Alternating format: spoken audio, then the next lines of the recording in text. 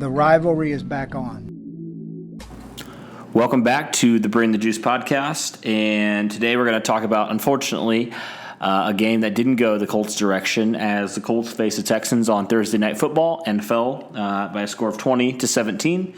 Andrew Thomason joining me. Andrew, this is a game, man, where it was a tight game throughout, kind of what we expected. I expected, I guess, my prediction, a little bit higher scoring game, and we'll get to that in a minute. Just the lack of offense that the Colts really portrayed, at least in the vertical passing game. Unfortunately, the Colts fell short, sit there at 6-5. The Texans victorious at 7-4, grab hold of the AFC South division. And it just was an unfortunate game. And I think, Andrew, there was a lot of things that we'll touch on in this podcast, but I think it was really eye-opening to kind of look at, specifically the lack of firepower that the Colts have in the passing game. And there's some factors to that with injuries and other things. But, it was an unfortunate game. What were your takes from the game and just your thoughts overall in general from this loss? For sure, Cody, those are some valid points. Looking back on it now, I thought the play calling was kind of conservative, and that's not an indictment or a shot at Frank Reich by any means. But, back in Week 7 when these two teams faced, Jacoby Brissett had over 400 yards and 4 touchdowns. I mean, there really wasn't much of a running game during that Week 7 matchup, and so it was pretty much all on the right shoulder of Jacoby Brissett, and he made the plays then. And then on Thursday, it was kind of the exact opposite. The Colts ran for 100 and I think it was 75 yards, and Brissett, he just wasn't. He looked completely like the exact opposite from the first time around. I hate to say it, he kind of looked like a check down Charlie, as they like to say in NFL terms. He wasn't really willing to take the deep shots, and it kind of showed. And I think that's part of why the Colts ended up coming up short, but we'll get more into that as this podcast goes on. But overall, as you said yourself, kind of a disappointing loss, now sitting there at 6-5. Definitely going to need some help from New England coming up on next Sunday when they go to Houston and play Houston and a couple other teams as well. Yeah, Andrew, this certainly was a setback for the Colts in the battle for the AFC South.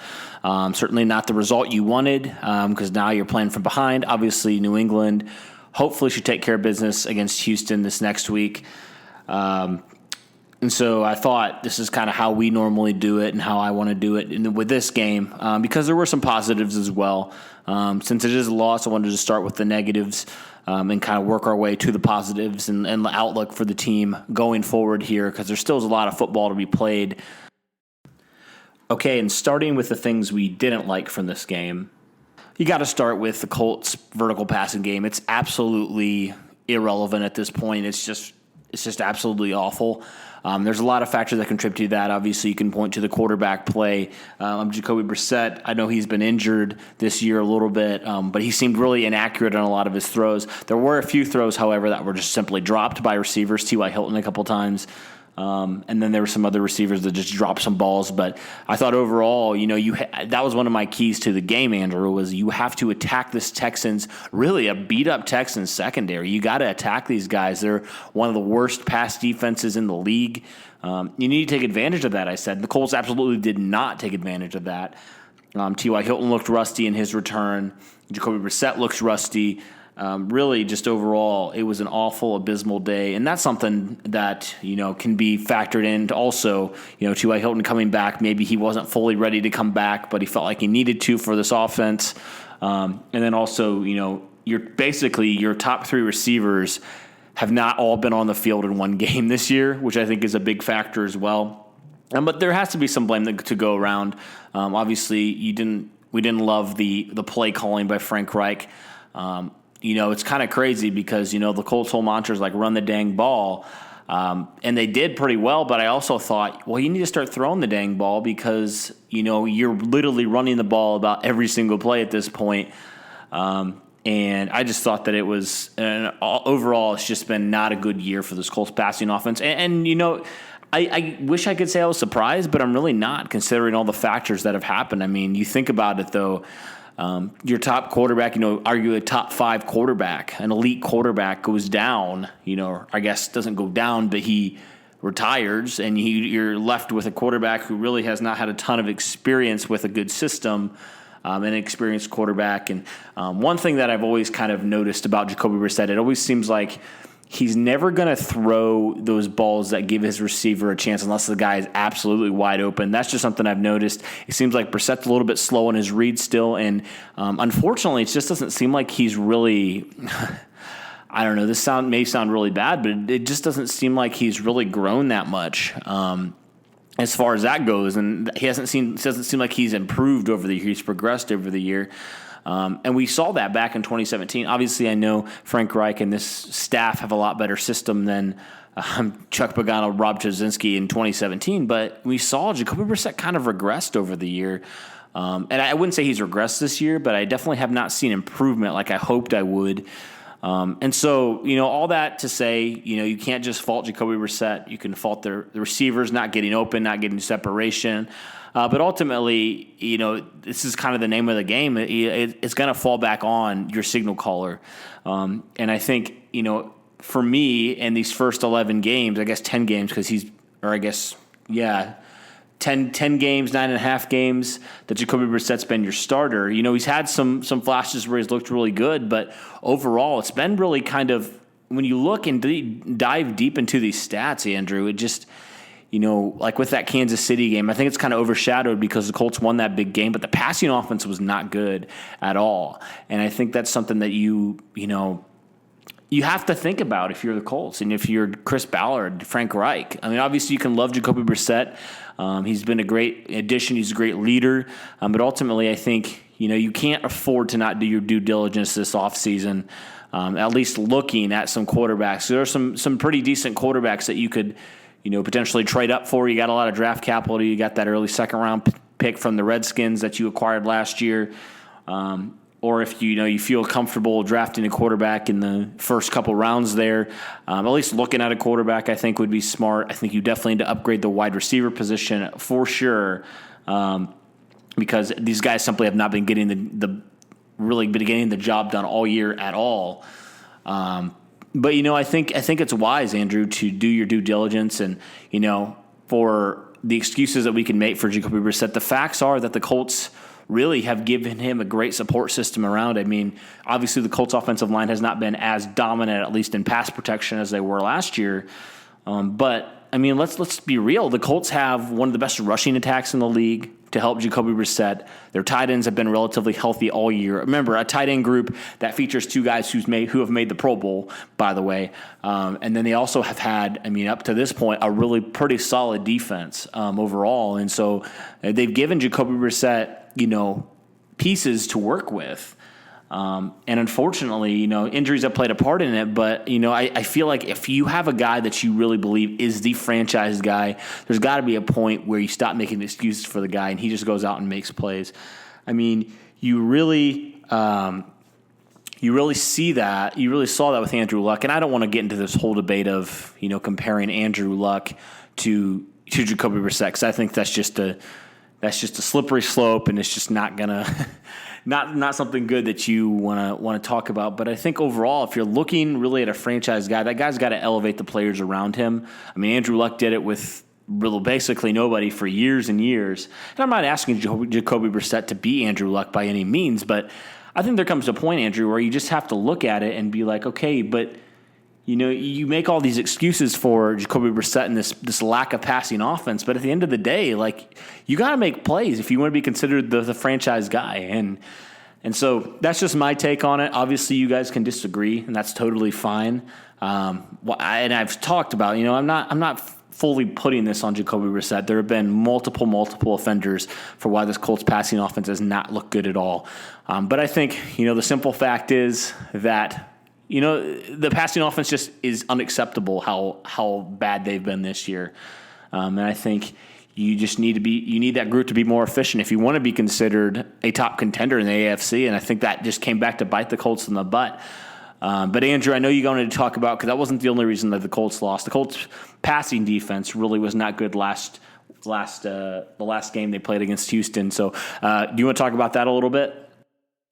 Those are some really strong points, Cody, regarding the offense. As far as the defense is concerned, I'm sure just as you, myself, Derek, and many, many other Colts fans were shocked at the amount of just big plays that the Colts defense gave up on Thursday. The Colts coming into that game, I don't know the exact stat off the top of my head, but I know they were one of the best teams in the league at eliminating chunk plays and keeping everything in front of them. And Will Fuller and DeAndre Hopkins, even with Pierre Desir back, who had been out for the last, I believe, month and a half because of a hamstring issue, made the Colts defense, especially, or specifically, I should say, their secondary, look kind of silly with the amount of chunk plays that they had. I know DeAndre Hopkins, there was his first touchdown. I mean, just an absolutely blown coverage. And I've gone back and I've looked at that play specifically, and I don't know what the heck Malik Hooker's looking at. And that's not to point the finger specifically at him because the corner, I don't know. I think it was Pierre Desir. I think he sort of fell off and allowed DeAndre Hopkins to go free because he thought he had Hooker as help over the top, and then Hooker obviously didn't stay in his zone, or however you want to put it. Either way, that was the first touchdown they gave up. And then you look at the second one, just, Pierre Desir got beat one-on-one down the sideline, and Hopkins made a great catch. And then the catch to Will Fuller. When Will Fuller's on the field, people forget he wasn't on the field when the Colts played the Texans in Week 7 because he went out in the first quarter. But when you look at, or when you see Will Fuller on the field, I should say, he's there for one reason. He's a 4-3 guy. He's there to take the top off the defense. And that's not to say that he can't run other routes and whatnot. That's certainly not an indictment on him. But for the most part, when you hear the name Will Fuller, when you see him play, he's sort of kind of like a T.Y. Hilton, a receiver that you have to know where he's at all times because he's fast enough to get behind you and make you look silly. And unfortunately, both he and Hopkins did that pretty well on Thursday evening. And then the other thing that I noticed too, Cody, on Thursday was just the lack of a pass rush. I mean, the Colts in the first meeting in Week 7 got to Watson, I think it was 3 or 4 times. Now, granted, the right tackle, Titus Howard, was not in during that matchup, and there was a backup tackle in, so that might have been part of the reason as to why the Colts had so much success during that Week 7 matchup. However, the Colts only had 1 sack Thursday night, and that was from Ben Banagoo, Laramie Tunsil, Max Sharping, Nick Martin, Titus Howard. They all did a phenomenal job of protecting Deshaun Watson. Give them credit.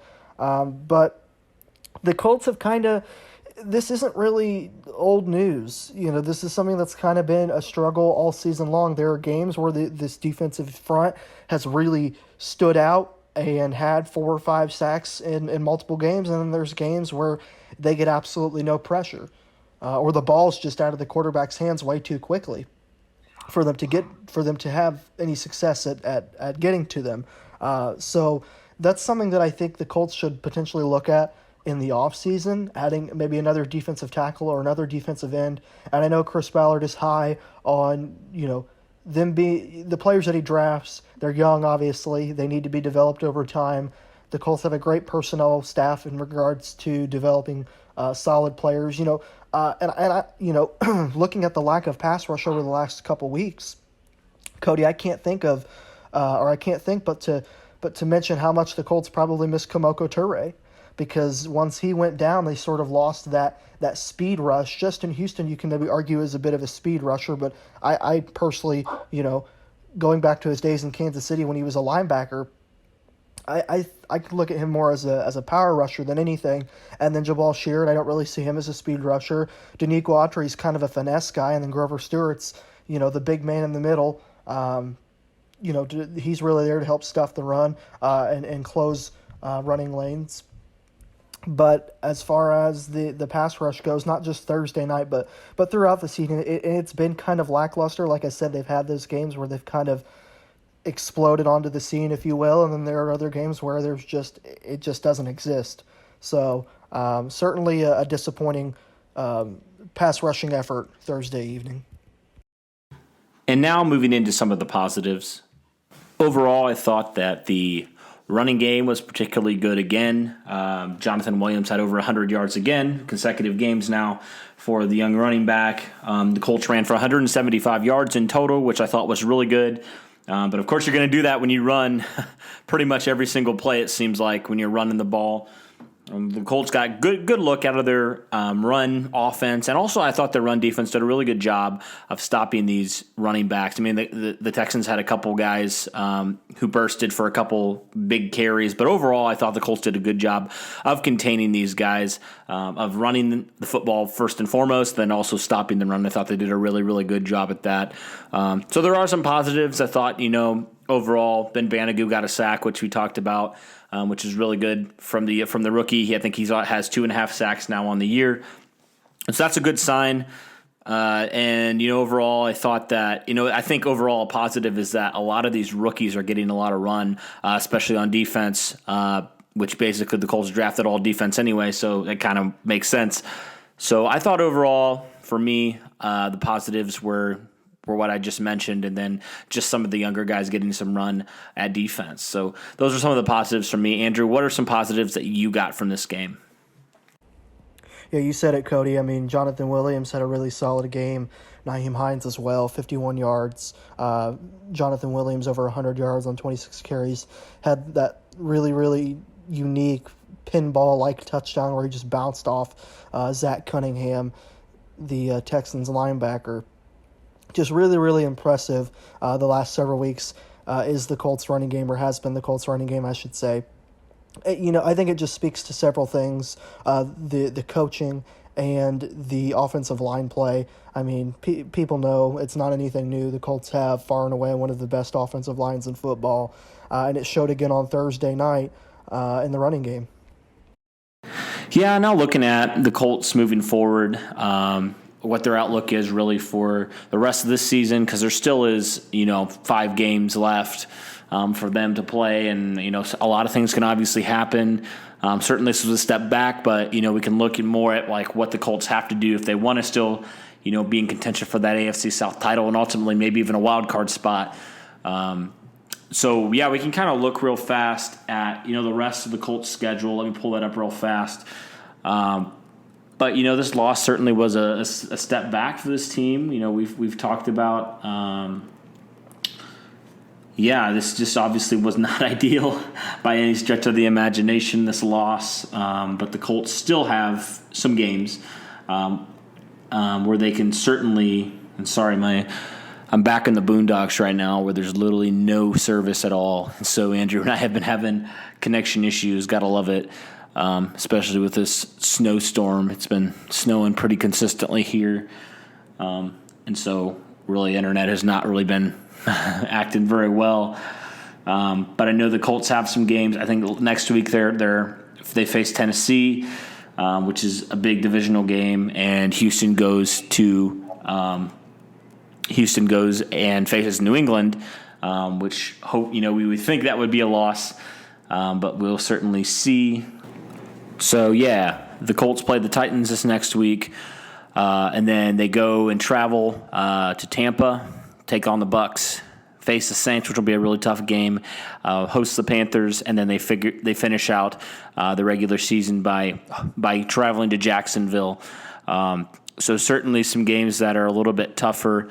But overall, man, it's kind of going to be a hard road to the playoffs. Going to have to hope that Houston trips up a couple games in order to be back in this. But even if they don't, the Colts still have a shot at that wild card spot, one of the 2 wild card spots. So that's kind of the outlook for this team.